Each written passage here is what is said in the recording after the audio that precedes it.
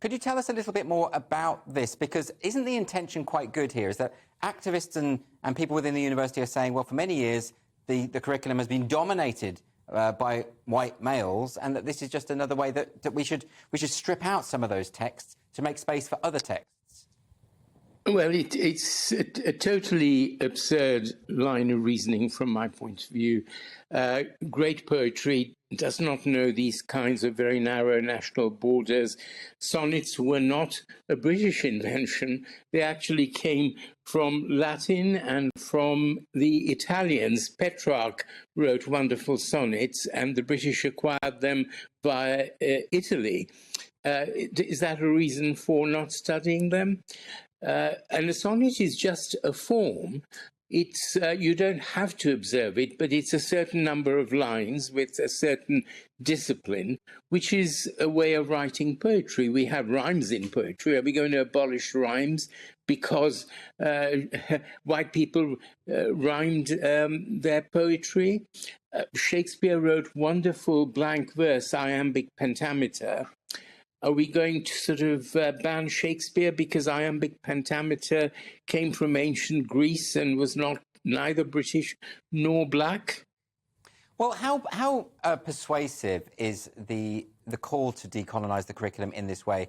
Is there widespread support, do you think, amongst universities, staff and students to make these kind of changes? I don't know about staff, because there has been quite a lot of recolonization of academia by left liberals and the sort of so-called decolonizers. So I think they've taken over quite a lot of academic positions and made it quite difficult for colleagues who don't share their views. I think students are very malleable and could go either way, either rebel against their teachers or be formed by them. You know, it's anyone's guess. I don't think anyone's doing a poll of students. And the Black Lives Matter campaign and the so-called decolonizers are a very small minority, dominated by Marxist fundamentalists. So I don't think they represent any great popular majority. But they do have quite a major voice in forming opinion, and I think it's important for people like us to sort of stand up to that. This seems to be an ongoing problem and much broader than just English literature. I've seen attacks on classics departments. Recently at Cambridge, the plaster casts of various Greek and Roman deities and public figures were criticised, or at least a plaque was put up to explain why the plaster casts were white. But, of course, that's because plaster is white. So why is this all happening, and why is it happening so rapidly? It's it's taking tokens and symbols of things that are quite absurd when you look at them, as you say, plaster being white.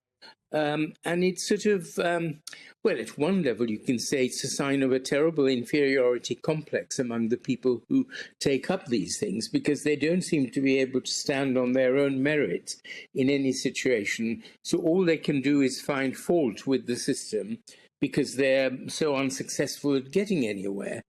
Making writing decent poetry for a change. So it's very easy to pull down statues to, claim you're decolonizing when in fact all you're doing is just making a noise. But do you accept the argument that there have been failings in universities to incorporate voices from marginalised communities in the past, and that often curricula didn't reflect broader voices, and actually some very interesting and important creatives were missed out? Do you accept that point of view? Yes, I certainly do. But I think we need to recognize that great literature and great art is not sort of confined by these narrow political labels. So, if one's talking about poetry, someone like William Yeats was a fascist. So are we going to stop reading Yeats? Ezra Pound was a fascist. T.S. Eliot had fascist sympathies. So did George Bernard Shaw. So, these are people of their own time who did great things in other areas, and their politics may or may not have been ours.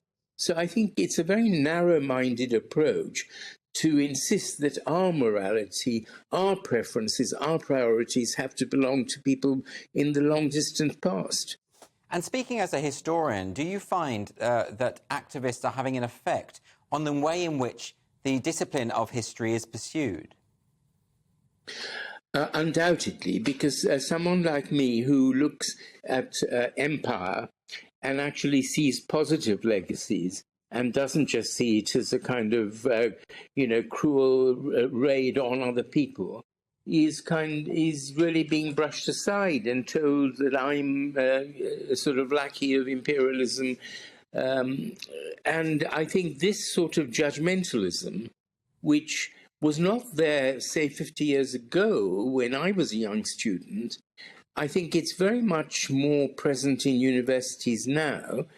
Whether universities and students will grow out of it, I hope, but I'm not sure unless we stand up to it.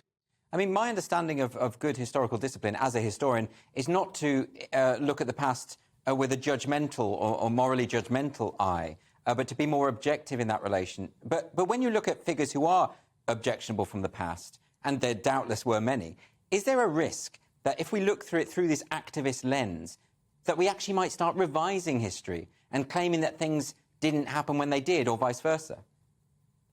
Very much so. You know, one example is Clive, who is credited with establishing the British Raj in India. And he's portrayed by the decolonizers as a kind of brutal, rapacious, plundering, pirate, really. I mean, Clive was an incredibly successful, many-faceted man who rose from very modest origins to achieving great things, had flaws like Churchill did, but to dismiss him, as people do, and as people dismiss Churchill, the same brigade would totally brush aside someone like Churchill because he had racist views. You know, he was born in Victorian times. Yes, he had some racist attitudes. Does that mean we condemn everything else he did? You know, it makes a nonsense of looking at history in a balanced, rounded way. Just focusing on people's flaws and not looking at any of the positive things they did.